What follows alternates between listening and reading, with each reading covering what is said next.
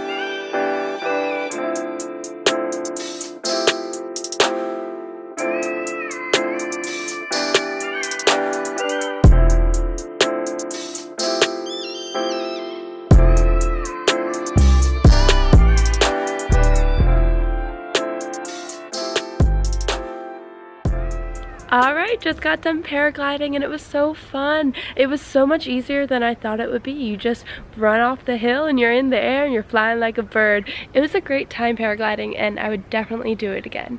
Maybe in the future you'll see me being certified for paragliding. Who knows? Anyway, if you liked this video, press the thumbs up button and like and subscribe, and I'll see you next time. Bye!